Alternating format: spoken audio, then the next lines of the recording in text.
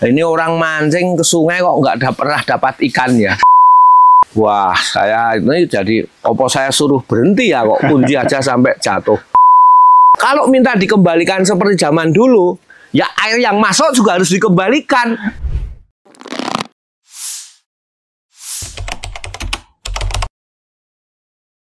Halo teman-teman, Assalamualaikum warahmatullahi wabarakatuh. Kembali lagi di channel Pak Dewan.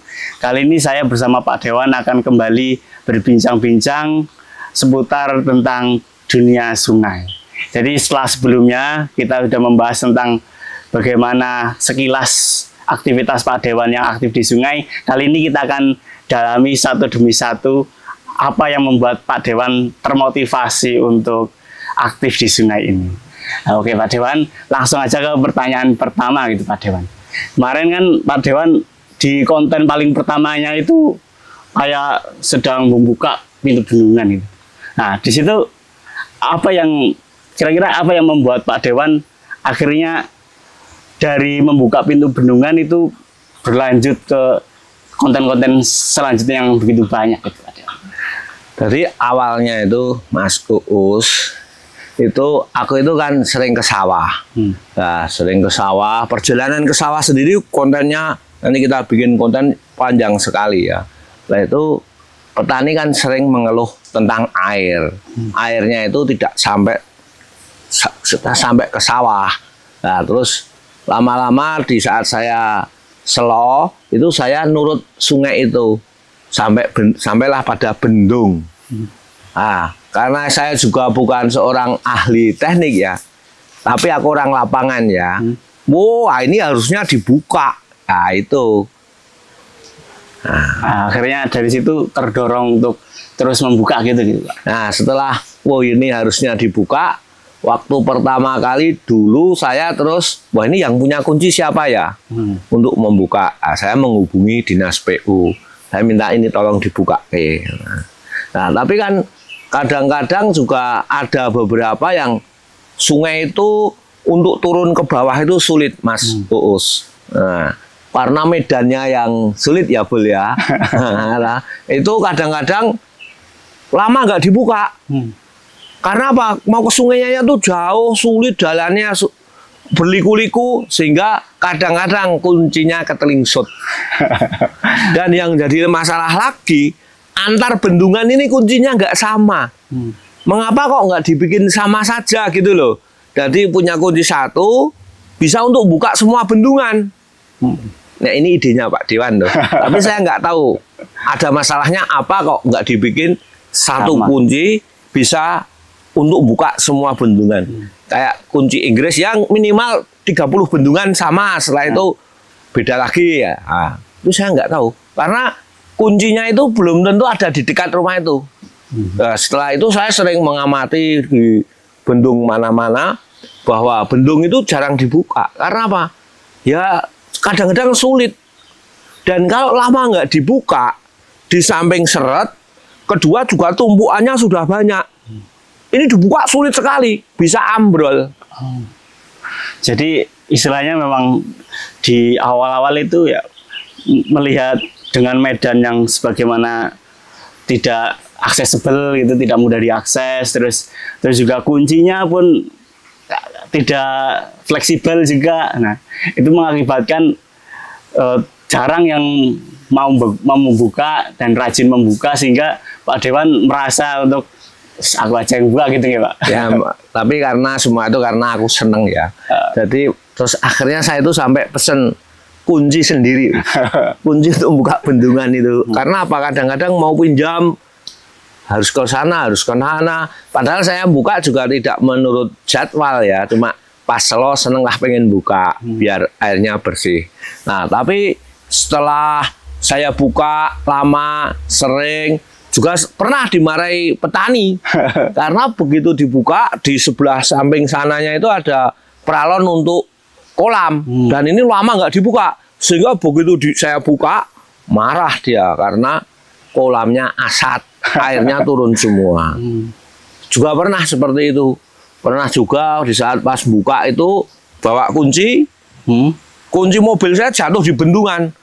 Wah, saya ini jadi apa saya suruh berhenti ya kok kunci aja sampai jatuh.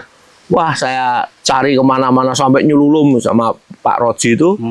Tapi akhirnya nggak ketemu. Setelah itu saya berhenti agak lama.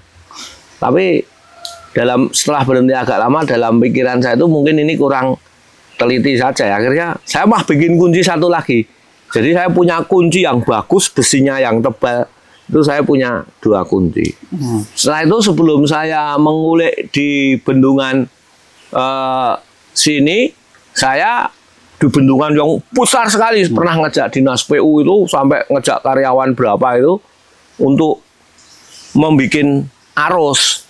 Tapi waktu dulu persiapannya kurang ya, dan nggak bisa sekali 2 kali ya, harusnya ya menurutku loh pakai ban dicor itu atau pakai ban diisi itu bisa membuat arus seperti yang sudah saya lakukan. Sebenarnya di sungai itu banyak sekali permasalahan yang belum terselesaikan. Jadi berawal dari sebatas membuka pintu, akhirnya malah jadi tahu betapa banyak masalah-masalah yang ada di sekitar sungai yang mungkin itu jarang menjadi perhatian orang banyak gitu ya Pak? Ya, nah setelah saya lama di sungai, saya sering tahu orang mancing. Wah, ini orang mancing ke sungai kok nggak pernah dapat ikan ya. Wah, orang itu cuma seneng mancingnya ya, mungkin ya. Mungkin. Tetapi ikannya itu kan sekarang nggak ada ya, jarang sekali ada ikan di sungai itu. Mungkin karena ya sudah sering dipancing atau sering disetrum zaman dulu ya, atau airnya yang kecil sehingga mudah ditangkap. Kalau waktu saya kecil kan sungai itu banyak ikannya. Kalau sekarang sungai mana yang banyak ikannya? Jarang. Dulu sungai kecil aja ikannya banyak. Nah, sekarang sungai-sungai besar aja ikannya sedikit. Dan yang aneh lagi itu di sungai itu sudah nggak ada ikannya. Kalau dilepas si ikan yang mudah, yang enak, yang mudah pemasarannya, bilang jangan nanti makan ikan-ikan yang alami. Nah, ini gimana ya yang benar? Mau kayak ikan nila itu kan nggak boleh dicemplung di sungai ya, karena makan ikan lokal ya. Tapi ikan lokalnya itu udah nggak ada, dikit sekali. Padahal ikan nila kan juga bisa berkembang. Apa harus kita pertahankan ikan yang lokal yang sudah sulit dicari, atau kita kasih ikan yang kita belinya mudah, perawatannya gampang, harganya nggak mahal, nilai jualnya bagus? Saya itu tidak tahu penyelesaiannya. Tapi kembali ke bendung lagi, bendung yang walet itu tidak mudah untuk menyelesaikannya, karena memang dari kita membuat arus kadang-kadang bendungannya itu sudah luas sekali karena nabrak kiri kanan. Harusnya tidak seperti itu, harus kita arahkan airnya, perjalanan yang panjang. Jadi di awal-awal ketika Pak Dewan mencoba membelok-belokkan arus itu ya memang ide utamanya supaya setidaknya ada menggerus gitu ya Pak? Ya, karena air sekarang itu di bendungan itu tinggal sedikit. Jarang air yang melimpah, terus bendungannya seperti waktu baru, sehingga mereka itu airnya itu banyak, terus kiri kanan sumurnya jadi nggak dalam karena di sini airnya banyak, ikannya banyak, bisa untuk mandi. Itu mimpiku. Oh, jadi mungkin Pak Dewan motivasi mimpinya ingin membuat sungai yang sekarang ini seperti dulu lagi gitu ya Bapak?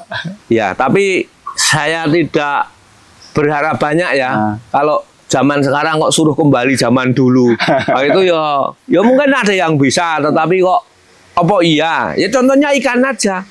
Umpama ikan nila itu bener makani temennya ya.